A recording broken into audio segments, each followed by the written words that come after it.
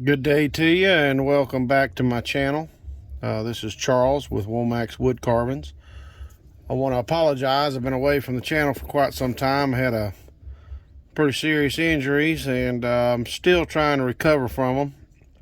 But I wanted to get back and try to do a little carving for you. We're going to work on this little piece of cottonwood bark here. And going to use Bauer through Harbor Freight, a little rotary tool, variable speed.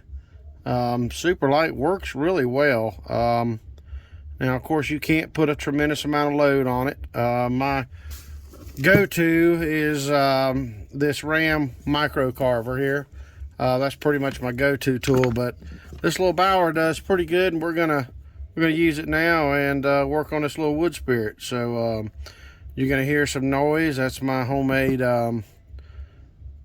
dust collector here, and you'll hear some background noise, but let's just get to carving. Alrighty.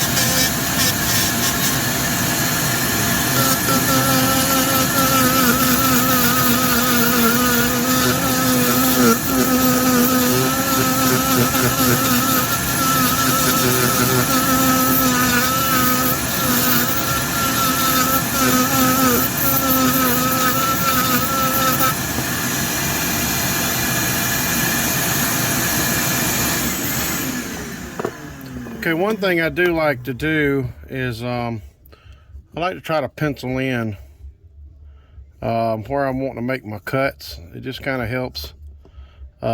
This is a tremendously hard piece of cottonwood bark, but we're going to try to make it work here. I'm going to switch up bits a bit, and we're going to go from there. Let's see here. Let's try this Tata tungsten carbide burr. Chuck it in. Now, you don't want to put your burrs way out. If you run them way out, they tend to wobble around, and that's not good on your tool, good on your burrs. Could actually snap a shaft here. You want to run them pretty much, all the way in. That's bottomed out right there, so that's good there. Snug it up. You don't need to go Superman on tightening them up. It doesn't take a whole lot there, but let's get back to it.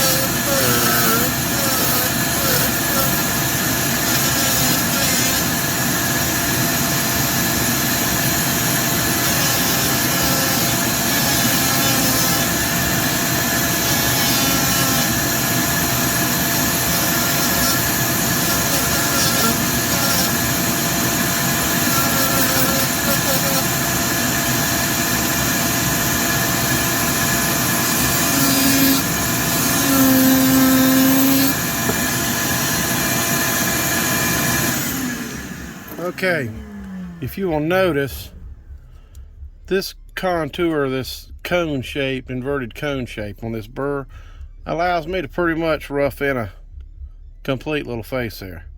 Okay, and if you look at that, you got yourself a basic, simple little wood spirit. Okay, Now, what I'm going to do is I'm going to punch in where I want a mouth, and then I'm going to switch burrs again. All right.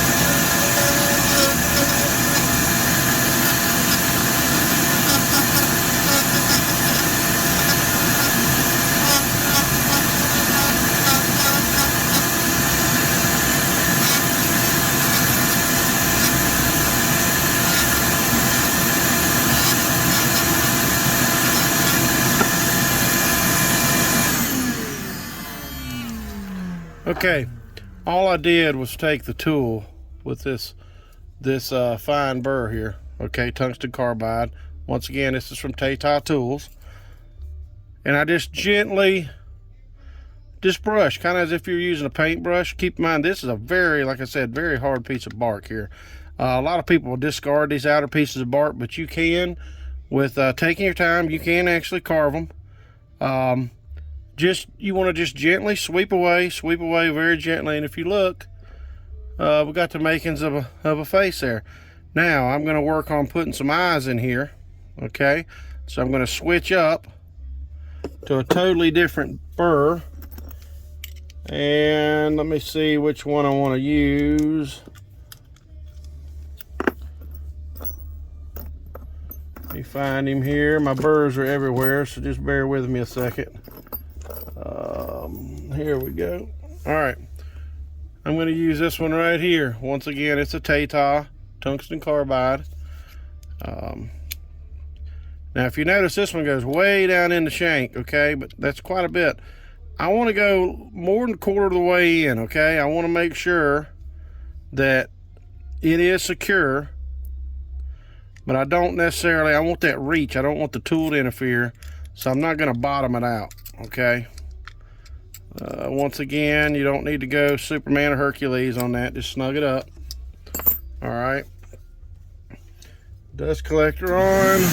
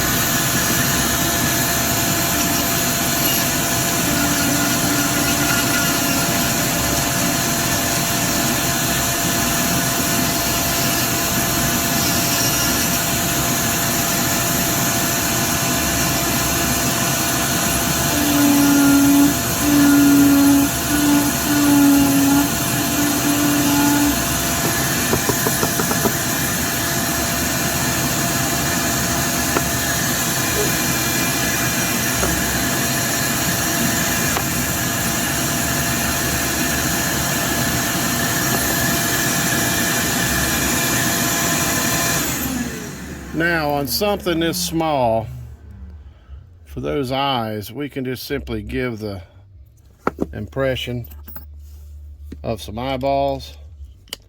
Okay, so I'm going to switch up another tungsten carbide burr from Tata.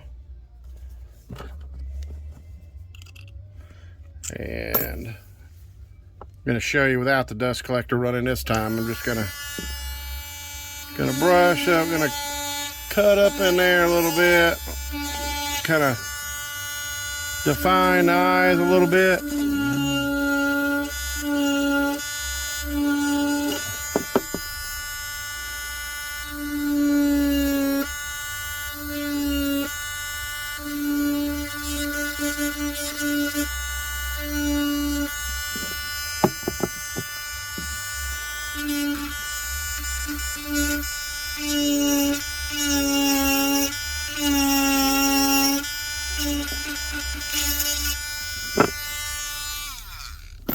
Okay.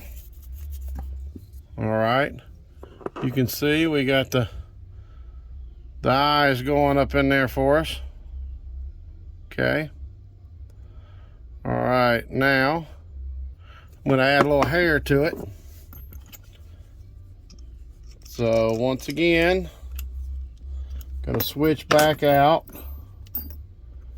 And we're going to use this very small inverted cone tungsten carbide.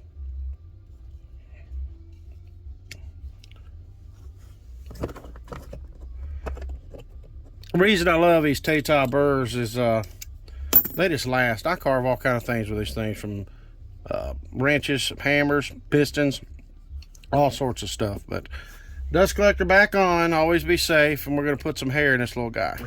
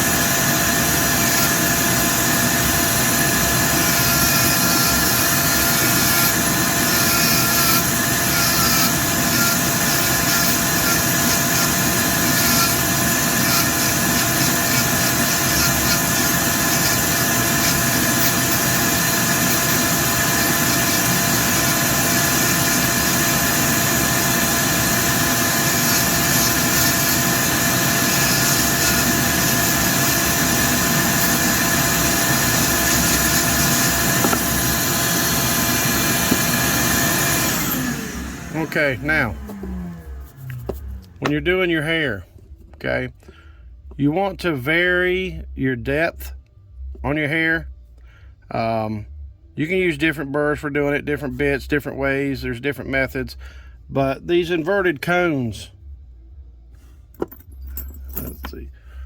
These inverted cones, whether it's a tungsten carbide or whether it's, you know, a Kutzall or a saber tooth or whatever, if you turn them on their edge, you can just make sweeping motions and vary the amount of pressure you're putting on it, and vary your angle, and just keep making sweeping motions for whatever you want. Like I said, this is just a simple little face here, and you can look at that and most people would say, hey, you know, that's okay, that looks pretty good. Well, let me show you how to take it just a step farther here. All right, now what you want to do is just get you some kind of old stain, whatever. We got some gunstock color stain, old cheap brush. And I'm gonna show you a little trick here. If you don't have one of these, everybody needs a good Swiss Army knife. Just pop open this can. Okay. I buy these stains too at thrift stores, home improvement, on the racks, old stuff, you know, it'll work, whatever. This brush been used a few hundred times too. It bristles in it hard, but just brush your stain on. Brush it on. Okay, get where you can see me here. Brush it on good.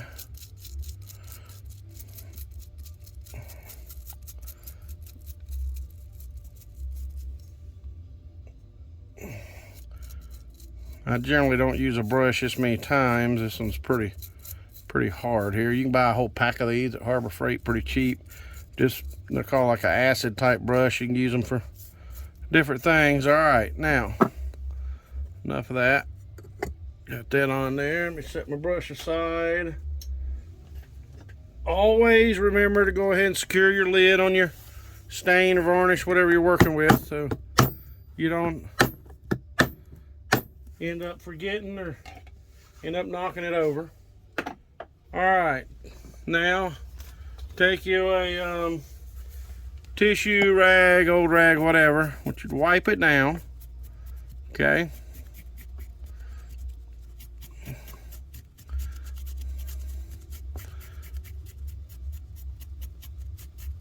Now, you can stop there, and that looks pretty good. Or you can take it just a step farther. What I have here is a flap disc sander that I made out of one of these arbors made for the cutoff disc. And something such as this, okay? Just simply took the wheel out and stacked some pieces of sandpaper. I just took some good cloth back sandpaper. Okay, get some old scissors. They 49 cents to 99 cents. They put them on sale. Scissors from Harbor Freight work great for this. You don't have to worry about tearing up a good pair of scissors. Cut these, all right. Put you a hole through the center and put it on there. Now, what I like to do is trim the edges to make it circular. The only reason I do that is it helps to keep it from catching as it's spinning onto my piece of work, okay? So once you've got that on there, you want to run your speed low. You don't want real high speed, okay? And just simply take your piece and just hit it with that. Because essentially what you're doing is just sanding off some high spots there, okay? Then what this will do, you just go slow. And what this will do is create a different illusion and a different effect.